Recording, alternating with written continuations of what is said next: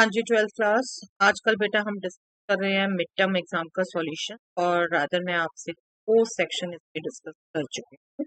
और आज हम डिस्कस करने केस स्टडी। पहली केस स्टडी ये थी बेटा आपकी, Gautam buys 5 pens 3 bags and 1 instrument box and pays a sum of 400 from the same shop. Vikram buys 2 pens, 1 bag and 3 instrument boxes and pay a sum of 70. Also, Ankur buys 1 pen, 2 bags and 4 instrument boxes and pays a sum of rupees 410. Based on the above info, answer the following question. Convert the given above situation into a matrix of the form. Word problem of matrix map. समझ गए होंगे बेटा? बहुत simple आपको data दे रखा है और आपको ये सिस्टम को AX फॉर्म में लिखना है, जहां B ऑलरेडी आपको दे रखा है। तो इस मैट्रिक्स इक्वेशन के लिए दैट मीन्स आपको AX बताना है, और A आपकी कोफिशिएंट मैट्रिक्स यहां से आएगी, X आपकी वेरिएबल मैट्रिक्स, राइट। तो सबसे पहले आपको वेरिएबल ही एज्यूम करने, वेरिएबल एज्यूम करें बेटा हम। लेट आइटम्स क्या क्या थी बेटा? Pen, bag, instrument box. आप देखो सब में इसी ऑर्डर में है, तो आपको ए मैट्रिक्स दिक्कत नहीं आने वाली। बट आपने जो कॉस्ट एज्यूम करनी है, let cost of 1 pen, 1 bag and 1 instrument respective is X, Y is, right? 1 pen की कॉस्ट ₹X, 1 बैग की cost ₹Y and 1 instrument box की cost Z. Then equations in matrix form is, वैसे वो दे ही रखी है आपको। इंस्टेल उन्होंने question ऐसे दिया, मैट्रिक्स इक्वेशन बताइए, तो हम एक बार उसे दोबारा लिखेंगे बेटा। AX is B where A आपको लिखना है, X आपको लिखना है, B आपको लिखना है। देखिए A सीधा आपका क्या आएगा, 5 3 1 ये फर्स्ट रो, सेकेंड रो 2 1 3, जो जो उनकी आइटम है। और ध्यान रखना है अपने ऑर्डर, और ऑर्डर वही सेम दे रखा बेटा सबके लिए। लास्ट के लिए था 1 2 4, ये आपकी A मैट्रिक्स आ गई, ठीक है। X मैट्रिक्स आ गई आपकी कॉलम मैट्रिक्स वेरिएबल वाली, और B भी लिख दीजिए दोबारा एक बार, उन्होंने बताया तो B भी बता दीजिए कि ये था बेटा कॉलम मैट्रिक्स। 400 total cost, 270 400। आपने मैट्रिक्स इक्वेशन अगर इस फॉर्म में लिखी और आपने AX भी नहीं बताया बेटा, तो आपने टाइम वेस्ट। कुछ बच्चों ने ये इस फॉर्म में लिख दी थी, लेकिन आपने AX नहीं बताया, क्या फायदा? मैट्रिक्स इक्वेशन आपको मैट्रिक सॉरी इक्वेशंस आपको मैट्रिक्स फॉर्म में लिखने को कही है। ये जिन भी बच्चों ने लिख दिया वो टाइम वेस्ट किया। रादर इसमें आपका जरूरी था AX आपका आना, तो कोई मत, कोई नीड नहीं है आपको। सिर्फ XYZ एज्यूम करिए, क्योंकि क्वेश्चन में वो नहीं दे रखा, और मेल नहीं जोर दीजिए कि आपका A और X लिखा जाए, ठीक है। ये गलती की बहुतों ने कि ये लिख दिया सिस्टम AX नहीं लिखा, क्योंकि बार बार कहती हूँ बेटा मैट्रिक्स मेथड में भी यही करते हो। कोड में भी हम देखते हैं ऑलमोस्ट 70-80% बच्चे सिस्टम नहीं लिखते, सॉल्यूशन लिख देते हैं। AX इक्वल टू B है नहीं, कहीं नहीं मेंशन किया ये, लेकिन इसका सॉल्यूशन मेंशन कर दिया। कहाँ से आया भाई ये सॉल्यूशन जब इक्वेशन ही नहीं बनी? प्लीज ध्यान रखिए फ्लो ऑफ द क्वेश्चन जब वहां पूरा करना है। यहाँ पर एग्जैक्टली जब केस स्टडी बना के दिया, तो केस स्टडी में एक एक चीज जो पूछी है वो ध्यान रखिए। आपसे इस फॉर्म में बोला था, तो आपको बेसिकली AX बताना था, इसको लिखने का कोई बेनिफिट था, इसको तो नहीं भी लिखोगे चलेगा, ओके। चलिए इसका नेक्स्ट पार्ट था फाइंड डिटर्मिनेंट A। मैट्रिक्स से क्या आई थी बेटा, ये डिटर्मिनेंट ए सिंपल फॉर्म में फाइंड आउट कर सकते हैं आप, दैट विल बी 531। ओके, आपके सामने हो, आप सीधा लिख लिया एक बार, कोई बात नहीं, आपको इसको लिखना अवॉइड करिए, ये नहीं लिख आपने। चलिए फर्स्ट रो से हम कैलकुलेट करते हैं। 5 into 4 minus 6 minus 3 into 8 minus 3, आप सीधा 5 कैलकुलेट करके लिख। कैलकुलेशन आपकी अपनी है बेटा, बार बार कहती हूँ। 4 माइनस, मैं तो डिटेल बता देती हूँ ताकि हर बच्चा, हर लेवल का बच्चा कंपेयर कर पाए, कहीं भी कोई गुंजाइश ना रह जाए कि उसकी गलती या कहाँ क्या समझ। माइनस, ठीक है, डिटर्मिनेंट ए फाइंड आउट करने को कहा था सिर्फ इस पार्ट में, -20 या। थर्ड पार्ट में ऑप्शंस की बेटा, ये फर्स्ट पार्ट है। If adjoint A is this then find the value of A. अब ये एडजॉइंट ए दे रखा है बेटा, और इसमें 3 वैल्यूज मिसिंग। थर्ड रो कहाँ से आई होगी, अगर आपको मैं रिकॉल करवाऊं, एडजॉइंट ए जो आप निकालते हो, आप मैट्रिक्स में जो एलिमेंट हैं उनके को फैक्टर्स लिख के ट्रांसपोज करते हो ना बेटा, राइट। तो आपकी जो लास्ट रो है, वो लास्ट रो एक्चुअली क्या होगी, इस लास्ट कॉलम के को फैक्टर्स होंगे, राइट। और आपको जब ए बी सी पूछा है तो इस लास्ट कॉलम के रो को फैक्टर निकालिए। Why to waste so much time, बहुत से बच्चों ने सारे को फैक्टर निकाले, क्यों निकाले बेटे, दे रखे हैं और वो पूछा ही नहीं। क्वेश्चन है ए बी सी निकालना, आपको अगर लॉजिक पता है कि हाँ आप एडजॉइंट ए के लिए क्या करते हो, हर एलिमेंट की जगह उसका को फैक्टर रखते हो, ट्रांसपोज करते हो, या सीधा ध्यान रखिए फर्स्ट रो के को फैक्टर आपके फर्स्ट कॉलम में आते हैं, सेकंड रो के को फैक्टर, मैं चलिए एक बार यहाँ पर पूरा लिख देती हूँ रिकॉल कराने को। फर्स्ट रो के को फैक्टर आपके फर्स्ट कॉलम में आते हैं, सेकंड रो के को फैक्टर आपके सेकंड कॉलम में आते हैं, और थर्ड रो के को फैक्टर थर्ड कॉलम में आते। अभी हमें सिर्फ इतना चाहिए था बेटे, A is cofactor of 1 3 element, B is cofactor of 3 element, C is cofactor of 3 3 element, सारे निकालने की जरूरत है। आप इसको कैलकुलेट कर लें बेटा, सिर्फ आपका 1 3 एलिमेंट मतलब ये एलिमेंट, इसके लिए कोफैक्टर ये डिटर्मिनेंट, और आपने ध्यान जो रखना था, इनका सम इवन प्लस ही मल्टीप्लाई होना है, 4 -1 3, ठीक है।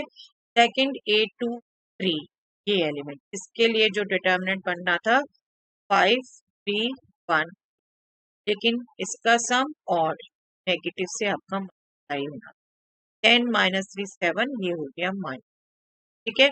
और लास्ट एलिमेंट ये, इसके लिए डिटर्मिनेंट 4 से बनना था 5 3, और इसका सम है इवन बेटा, प्लस से मल्टीप्लाई होना था, 5 -6, बट ये खुद नेगेटिव। आपका A हो गया 3, B हो गया -7, C हो गया -1। निकाला, बहुतों ने निकाला, बट इसमें टाइम वेस्ट कर दिया, सारे को फैक्टर निकालने लगे बेटा, क्वेश्चन केयरफुली पढ़िए। चलिए, इसके ऑप्शन में था बेटा, find the value of determinant of adjoint A and determinant of A into adjoint, ठीक है। एडजॉइंट ए का डिटर्मिनेंट आपको डायरेक्ट फॉर्मूला याद रहता है, डिटर्मिनेंट ए पावर n-1, यहाँ 3 ऑर्डर का है तो 2, और बेटा आपको डिटर्मिनेंट ए निकाला हुआ है आपने एक स्टेप में, कोई ज्यादा लंबा चाहिए, -22 स्क्वायर, और 22 स्क्वायर आप इजीली कर सकते हैं, दैट इज 484, 7 स्क्वायर इज 114, और ये आपका या तो रिजल्ट याद रख लेते A इंटू एडजॉइंट ए, और आई थिंक अब तक बहुतों ने याद रखा भी होगा ये डायरेक्ट, या फिर आप डिटर्मिनेंट की प्रॉपर्टीज भी यूज करो, तो determinant A into determinant adjoint A, determinant A into determinant A square, that mean determinant A, that means इसी को आपने -22 से मल्टीप्लाई करना था। ठीक है, 484 को -22 से आपने मल्टीप्लाई करना था और कुछ। तो अगर मैं मल्टीप्लाई करूं, 1 से करना है 8, 4, 6, 10 और 1। इजी। ठीक है, ये भी इजी था, सब इजी था। थोड़ा सा प्रेशर में आ जाते हो बेटे, वो प्रेशर रिलीज रखा करो। जितनी आपकी रेगुलर प्रैक्टिस रहेगी उतना ही एग्जाम प्रेशर बियर कर पाओगे, इसलिए प्रैक्टिस जरूरी है। ठीक है, चलिए, if fighter jet of enemy is flying along the parabolic path, y is equal to x square, x square is equal to 2y, इस टाइप का है बेटा। इस पाथ के अलोंग एक फाइटर जेट एनिमी मूव कर रहा है। A soldier is located at the point 05 point पर एक सोल्जर है। ठीक है, सपोज यहाँ, and is aiming to shoot down the jet when it is nearest to. जब ये इसके नियरेस्ट हो जेट, इसके अलोंग मूव कर रहा है ना, इसके सब जब बहुत क्लोजेस्ट हो इसके, सपोज यहाँ पर जब ये नियरेस्ट हो इसके, तब शूट करना चाहता है। ठीक है, based on the above information answer the following. Let x y be the position of the jet. Suppose jet की पोजीशन आपको कह रखी है एक्स वाई है। At any instant express the distance between the soldier and the jet as the function x. ये जो इन दोनों के बीच में डिस्टेंस है, डिस्टेंस फॉर्मूला यूज करेंगे। इन दोनों के बीच में जो डिस्टेंस है उसको फंक्शन एफ एक्स से दिखाइए, ये इन्होंने है। अब डिस्टेंस फॉर्मूला लगाओगे तो क्या होगा बेटा, 1.xy 1.05, तो x minus 0 whole square plus y minus 5 whole.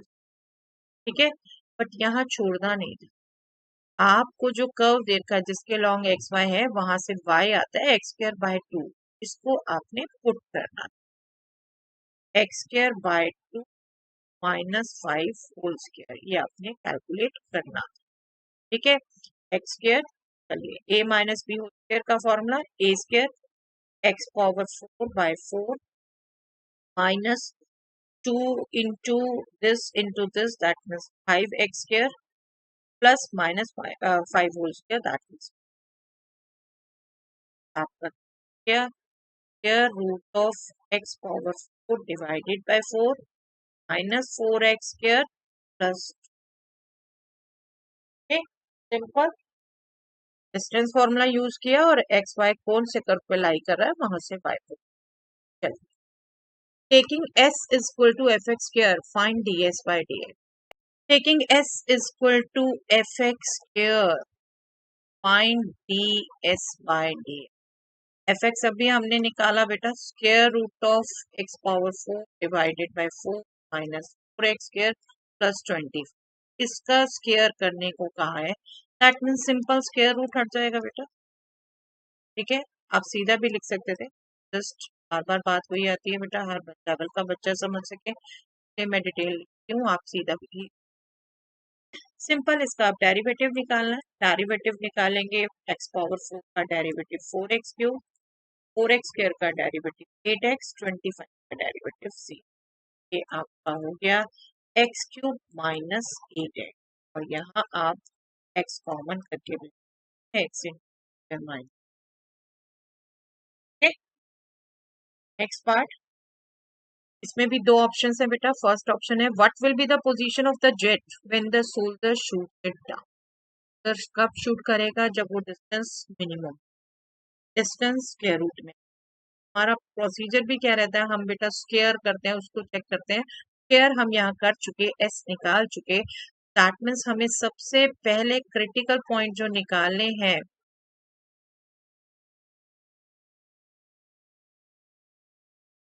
वो ds बाय dx दो रखे नहीं, और अभी हम ds बाय dx को एक्सप्रेस कर चुके हैं factors form, that means x is either 0 और x square is 8, x is either 0 or x is plus minus 2। ठीक है, लेकिन मिनिमम देखने के लिए क्या करना होगा बेटा, सेकेंड डेरिवेटिव का साइन करना होगा। सेकेंड डेरिवेटिव क्या होगा, जो अभी हमने निकाला ये डेरिवेटिव, तो ये दोबारा डिफ्रेंशिएट करना है, दैट इज 3x² माइनस 8, ठीक है, 3x² माइनस 8। अब इसको आप 0 पे निकालेंगे, नेगेटिव आ गया, 0 पे आएगा -8, नेगेटिव, नेगेटिव हमें चाहिए नहीं, दैट मीन्स मिनिमम का पॉइंट ये है नहीं। सेकंड डेरिवेटिव, अब यहाँ पर क्योंकि x² है तो दोनों रखोगे, दोनों में से कोई सेम वैल्यू आएगी, तो पॉजिटिव नेगेटिव लेके चल रहे हैं बेटा। 3 इंटू 8 माइनस 8, ये पॉजिटिव है, ठीक है, आया ना, पॉजिटिव आया, that means s is minimum at x equal to plus minus, इस केस में तो s मैक्सिमम, ठीक है, minimum at x equal to plus minus, और इस केस हम कहेंगे that means fx is distance is at x equal to plus minus. अब जब x equal to plus minus 2 है तो y कैलकुलेट कर लो बेटा, x² बाय 2, दैट मीन्स 8/2। आपसे पूछा था what will be the position of the jet when the soldier shot it down, therefore position of the jet will be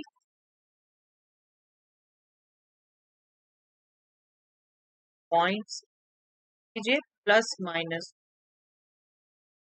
that means दो position, और वैसे भी आपको पता है पैराबोलिक बात यहाँ पर है, यहाँ के लिए आपके दो सिमेट्रिक चलता है, ठीक है, ये अगर 2√5 है तो यहाँ पर -4, सॉरी, और -2 दोनों से सेम डिस्टेंस रहने वाला, यहाँ पर हो चाहे जेट्स चाहे यहाँ हो, दोनों में से कहीं पर भी हो वो कर सकता, ठीक है।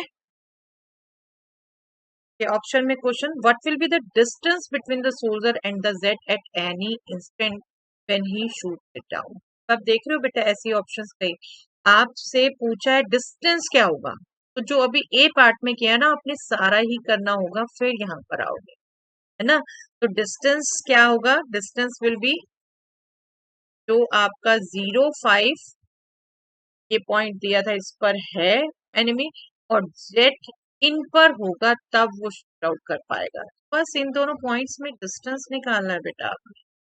आपको वापस एक्स वाई की बजाय बेटर रहेगा आप डिस्टेंस फॉर्मूला ही यूज, तब वैल्यू आपकी सिंपल रहेगी। This is 2√2 whole square that means 8, this is -1 square 1, that means square root of 9, that means 3 units. पहले आप वो सारा पिछला वाला करेंगे अगर ये ऑप्शन भी करनी है, फिर आप डिस्टेंस, तो ऐसे क्वेश्चंस में हमेशा यूजफुल रहता है आप ए पार्टी करो पूरा ढंग से, ठीक है। चलिए लास्ट केस स्टडी देखिए, ये कुछ ग्राफ दे रखे हैं और आई थिंक आप सभी से फेमिलियर है बेटा, 11th में ही पढ़ चुके हैं हम। सिग्नम फंक्शन डेफिनेशन की दे रखी है, modulus x upon x when x is not 0, 0 if x is 0, ठीक है, गौर से आपको याद है इसका graph. Modulus function absolute value function, then cubic function, general cubic function x। The graph of three function fx, gx and hx are shown above. Based on the above info, answer the following. क्या questions हैं देखते हैं बेटा फिर। Find the point of discontinuity for each of the three functions fx, gx। तीनों में point of discontinuity बताने। अब यहाँ पर आप में से मैक्सिमम बच्चे बेटा डेफिनेशन से इसे प्रूव करने लगे, फिगर दी थी बेटा, और फिगर से आपको कंटिन्यूटी डिफरेंशिएबिलिटी दोनों पढ़ना सिखाया है, दोनों पढ़ना सिखाया है, वो आपने समझना है। देखिए सिग्नम फंक्शन में आपने पहले ये ड्रॉ किया, पेन लिफ्ट किया, फिर यहाँ ड्रॉ हुआ, फिर पेन लिफ्ट किया, यहाँ ड्रॉ हुआ, आपका पेन लिफ्ट हुआ। आपको सिंपल टर्म में समझाया था, ग्राफ ड्रॉ करते हुए अगर आपको पेन लिफ्ट करना पड़ रहा है तो आपका फंक्शन कंटिन्यू, आप यूं कह सकते हैं x इज इक्वल टू 0, और अगर आपको एल्जेब्रिकली करने का मन भी था तो आप यहाँ पर सिर्फ 0 पॉइंट रखते बेटा, left hand limit of f x at 0 आपकी -1, right hand limit at f0 is 1 right में, और f0 itself is 0. That means function is not continuous at 0. ठीक है, अगर आपको करने की इतनी इच्छा थी, ठीक है, अदरवाइज सिंपल आपने लिखना था that we can not draw the graph of fx in a move, a single move, otherwise reason पूछा ही नहीं था, single move, therefore fx is not continuous at axis. जहां आपको लिफ्ट करना पड़ रहा है वहीं पर कंटिन्यू 0. ठीक है, आपसे सिर्फ क्वेश्चन देखिए कहा था find the point of discontinuity of A F x G S x and H x, तो सिर्फ पॉइंट ऑफ डिसकंटिन्यूटी लिखते हैं. ठीक है, point of discontinuity for this is 0. अब दूसरा देखिए, आपको सीधा सिंगल मूव में ड्रॉ होता है तो no point of discontinuity for G X. ठीक है, नो पॉइंट ऑफ डिसकंटिन्यूटी मतलब थ्रू आउट कंटिन्यूस है. ठीक है, और एच एक्स भी आप सिंगल मूव में ड्रॉ कर सकते हैं, उसका भी कोई पॉइंट ऑफ डिसकंटिन्यूटी है, कोई लंबी चौड़ी कैलकुलेशन डेफिनेशन यूज करना नहीं था बेटा यहाँ. ठीक है, ग्राफ से दोनों बता रखे हैं मैंने आपको, कंटिन्यूटी भी और डिफरेंशिएबिलिटी भी, दोनों को यूज करना. ठीक है, चलिए, जब हमें लिफ्ट करना पड़े तो कंटिन्यूस नहीं है, पेन लिफ्ट करना पड़े पेपर से, और अगर नहीं करना पड़े तो कंटिन्यूस है. सिंपल, ये कंटिन्यूस नहीं है और कहाँ नहीं है, 0 जहां पर लिफ्ट करना पड़े. ये कंटिन्यूस है, ये कंटिन्यूस है, दोनों का कोई पॉइंट ऑफ डिसकंटिन्यूटी नहीं, इसका एक्स. ओके, चलिए, find the point of non differentiability for each of the three. देखिए, एक रिजल्ट है आपके पास, every differentiable function is continuous. अब यहाँ पर जब एक में आ गया कंटिन्यूटी ही नहीं है 0 पर, वो तो आप कह सकते हो सीधा डिफरेंशिएबिलिटी भी नहीं है. ठीक है, पॉइंट ऑफ नॉन डिफरेंशिएबिलिटी पूछे, अदरवाइज आपको ग्राफ से क्या समझाया था, जिस फंक्शन जो आपका फंक्शन डिफरेंशिएबल होगा उसके हर पॉइंट पर आप यूनिक टेंजेंट ड्रॉ कर सकेंगे, एक स्मूथनेस होगी कर्व में. ठीक है, अभी यहाँ तो चलिए फर्स्ट के लिए देखिए हम रीजन लिख देते हैं, F x is not continuous at x is equal to 0, therefore it is also not differentiable. ठीक है, इसको सिंपल इतना लिख सकते हो, because we know every differentiable function is continuous. जब ये कंटिन्यूस ही नहीं आ रहा तो डिफरेंशिएबल भी नहीं होगा. यस, हाँ, ये ध्यान रखिएगा, every continuous function is not necessary that it will be differentiable. ठीक है, ध्यान रखिएगा, रिवर्स वाली का नहीं है उसके लिए, बल्कि हमने एग्जांपल किया है. चलिए, उसकी डिटेल में नहीं जाते. फर्स्ट तो आ गया not differentiable eight x is. अब दूसरा जो वी शेप था, देखो ये एग्जांपल ही दिए थे जब आपको डिफरेंशिएबिलिटी समझानी थी. ये जो 0 पर है ना, 0 पर आप जितने मर्जी टेंजेंट्स ड्रॉ कर सकते हो. 0 पर आपका कोई फिक्स नहीं है कि आपने यूनिक टेंजेंट ड्रॉ करना है. ठीक है, S many tangents can be drawn at x is equal to 0. Reason देना था तो, अदरवाइज सिर्फ पॉइंट ऑफ डिफरेंशिएबिलिटी पूछे हैं बेटा, वो आपको समझ आना चाहिए था, लेकिन आप समझना चाह रहे हो इसलिए मैं बता रही हूँ कि many tangents can be drawn at x is 0, therefore dx is, sorry fx नहीं,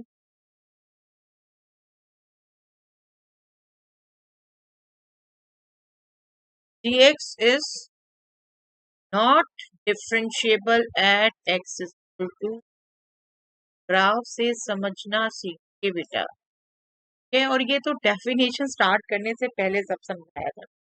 ओके, और एच एक्स देखिए, कहीं ऐसा नहीं है, सारी जगह स्मूथ है, हर जगह आप ड्रॉ करेंगे यूनिक टेंजेंट ड्रॉ होगा। तो इसका रीजन फिर से कह रही हूँ, यहाँ क्वेश्चन में रीजन मस्ट नहीं था बेटे, आपसे पॉइंट ऑफ नॉन डिफरेंशिएबिलिटी पूछ, आप वो भी लिखते चलता।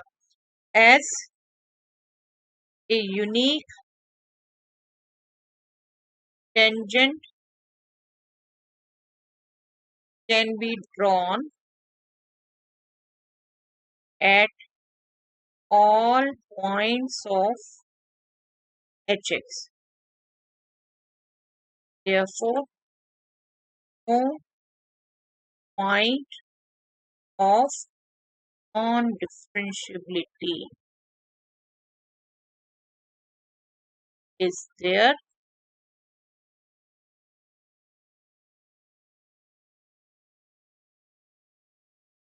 for, ठीक है, एच एक्स के लिए कोई पॉइंट ऑफ नॉन है ही नहीं। ओके, आई होप ये डिस्कशन आपके लिए हेल्पफुल रहेगा बेटा, और आप फाइनल के लिए यहाँ से बहुत कुछ सीखेंगे, इसीलिए डिस्कस करती हूँ मैं आपसे थ्रू आउट डिटेल में पेपर। इसको जहां जहां आपको कमी लगी है, जहां जहां आपसे क्वेश्चन नहीं हुए, एक बार खुद से जरूर करके बेटा पेपर दोबारा। ओके, चलिए, दैट्स ऑल।